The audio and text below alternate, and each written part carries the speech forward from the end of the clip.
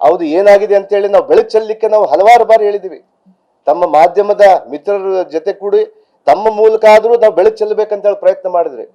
ಆದರೆ ಅವ್ರು ಏನು ಇಶ್ಯೂ ಇಲ್ಲ, ಕೇವಲ ಪಾದಯಾತ್ರೆಯನ್ನು ಇಟ್ಕೊಂಡು ನಾವು ಮಾಡ್ಕೊಂಡು ಬರ್ತಾ ಇದ್ರಲ್ಲ, ಇದು ನಿಜವಾಗ್ಲೂ ಒಳ್ಳೇದಾಗಲ್ಲ ಅನ್ನುವಂಥ ವಿಚಾರವನ್ನು ನಾನು ತಿಳಿಸ್ತೀನಿ. ಇವತ್ತು ಒಂದು ಸುಳ್ಳನ್ನೇ, ವಾಲ್ಮೀಕಿ ಹಗರಣ ಆಗಿದೆ ಅಂತೇಳಿ ಒಂದು ಸುಳ್ಳನ್ನು ಇಟ್ಕೊಂಡು ತಾವು ಆ ಪ್ರತಿಪಾದನೆ ಮಾಡಿಕೊಂಡು ನಮ್ಮ ಮುಗ್ಧ ಜನರಿಗೆ ತಾವು ತಲೆಯಲ್ಲಿ ಬಿತ್ತಲಿಕ್ಕೆ ಹೋಗ್ತಾ ಇದೆಯಲ್ಲ, ಈ ಮನುಸ್ಮೃತಿಯ ಒಂದು ಮನುವಾದಿಗಳು ಒಬ್ಬ ದಲಿತರ ಮೇಲೆ ಬರಬಾರ್ದು, ಒಬ್ಬ ಆದಿವಾಸಿಗಳು ಮಂತ್ರಿಗಳು ಆಗಬಾರ್ದು ಅಂತ ಒಂದು ಕುಂಟು ನೆಪಗಳನ್ನ ಇಟ್ಕೊಂಡು ಇವತ್ತು ನಮ್ಮ ಮುಗ್ಧ ಜನರನ್ನ ಇವತ್ತು ಹಾಳು ಮಾಡಿಕೊಂಡಿದ್ರಲ್ಲ, ಇವತ್ತು ನಿಜವಾಗ್ಲೂ ತಮಗೆ ಒಳ್ಳೇದಾಗಲ್ಲ ಅನ್ನುವಂಥ ವಿಚಾರವನ್ನು ನಾನು ತಮ್ಮ ಮೂಲಕ ತಿಳಿಸ್ಲಿಕ್ಕೆ ನಾನು ಬಯಸ್ತೀನಿ. ಇವತ್ತು ನಾನು ಈಗಾಗಲೇ ಕೂಡ ಹಲವಾರು ಬಾರಿ ಹೇಳಿದ್ದೆ, ನಾನು 2024ರಲ್ಲಿ ನಾನು ರಾಜೀನಾಮೆ ಪಡೆದಾಗ ಕೂಡ ವಿನಾಕಾರಣ ನನ್ನ ರಾಜೀನಾಮೆಯನ್ನು ನಾನು ವಿನಾಕಾರಣ ಅಂತಲ್ಲ, ನಮ್ಮ ಪಕ್ಷಕ್ಕೆ ಮುಜುಗರ ಆಗಬಾರ್ದು ಅಂತೇಳಿ ನಾನು ಮಂತ್ರಿಯಾಗಿ ನಾನು ರಾಜೀನಾಮೆ ಕೊಟ್ಟು ಬಂದೆ.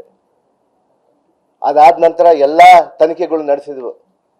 ನಮ್ಮ ರಾಜ್ಯದ ಹೆಸರುವಾಸಿಯಾಗಿರುವಂಥ SIT ಮತ್ತು CODಗಳು ಅದನ್ನು ಹೇಳಿದ್ರೆ ಅವ್ರು ಏನು ಹೇಳ್ತಾರೆ, ಕೆಲವು ನಮ್ಮ BJP ವಿರೋಧ ಪಕ್ಷದವರು SIT ಮಾಡಿದ್ದು ಇಡೀ ದೇಶಕ್ಕೆ ಗೊತ್ತಂತೇಳಿ. ಹೌದ್ರಿ ಸ್ವಾಮಿ, ನಮ್ಮ SIT ಮತ್ತು ನಮ್ಮ COD ಬಗ್ಗೆ ನಮಗೆ ಗೌರವ ಇದೆ, ನಮ್ಮ ರಾಜ್ಯದ ಪೊಲೀಸರ ಮೇಲೆ ಗೌರವ ಇದೆ. ಇವತ್ತೇನು ತಾವು ಕುತಂತ್ರ ಮಾಡಿಕೊಂಡು CBI EDಗಳನ್ನು ತಂದು ಬೇರೆಯವ್ರ ಮೇಲೆ ಮಾಡ್ತಿರಲ್ಲ, ಅಂತ ಒಂದು ತನಿಖಾ ಸಂಸ್ಥೆ ಅಲ್ಲ ನಮ್ದು. ಕರೆಕ್ಟ್ ಆಗಿ ಮಾಡಿದ್ದಾರೆ ನಮ್ಮದು SIT ಮತ್ತು CODಗಳು.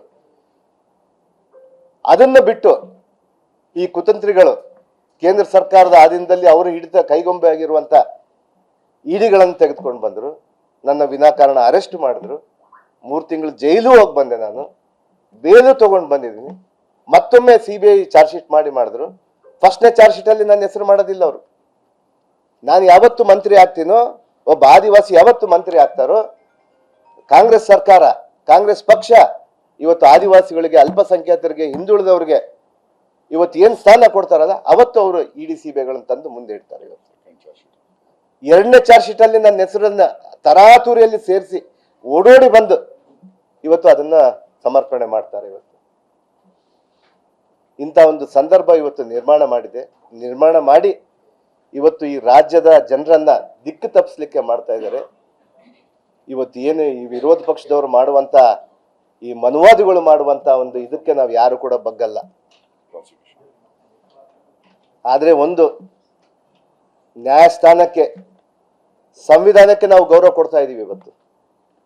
ಇವತ್ತು ನನಗೆ ಪ್ರಜಾಪ್ರಭುತ್ವದಲ್ಲಿ ಅತ್ಯಂತ ಉನ್ನತ ಸ್ಥಾನವನ್ನು ಪಡೆದಿರುವಂತ, ಸಾಂವಿಧಾನಿಕ ಹುದ್ದೆಯನ್ನು ಪಡೆದಿರುವಂತ ಗವರ್ನರ್ ಅವರು ನನಗೆ ಪ್ರಮಾಣ ವಚನ ಮಾಡಿಸಿದ್ರು. ಅದಾದ ನಂತರ ನಮ್ಮ ಫ್ಲೋರಲ್ಲಿ, ನಮ್ಮ ವಿಧಾನಸೌಧದಲ್ಲಿ ಇವತ್ತೇನು ಚರ್ಚೆ ಮಾಡ್ಲಾರ್ದೇನೆ ಗವರ್ನರ್ ಹತ್ರ ಓಡೋಗ್ಬಿಟ್ಟು ಅಲ್ಲಿಂದ ಒಂದು ಪ್ರಾಸಿಕ್ಯೂಷನ್ ಕೊಡಿಸ್ತಾರಲ್ಲ ಸ್ವಾಮಿ, ನಾವು ಸ್ವಾಗತ ಮಾಡ್ತೀವಿ. ನಾವು ನಂದೊಂದೇ ಅಲ್ಲ, ತಮ್ಮ ಪಕ್ಷದವರು ಕೊಟ್ಟಿದ್ದಾರೆ. ಇವತ್ತು ಅವ್ರ ಬಗ್ಗೆ ಕೂಡ ಚರ್ಚೆ ಆಗ್ಬೇಕಲ್ಲ. ಅವರು ಯಾತಕ್ಕಾಗಿ ನಿಮ್ಮ ಪಕ್ಷದಲ್ಲಿ ಇದ್ದಾರೆ ಸ್ವಾಮಿ, ಅವರು ಆಗ್ಬೇಕು.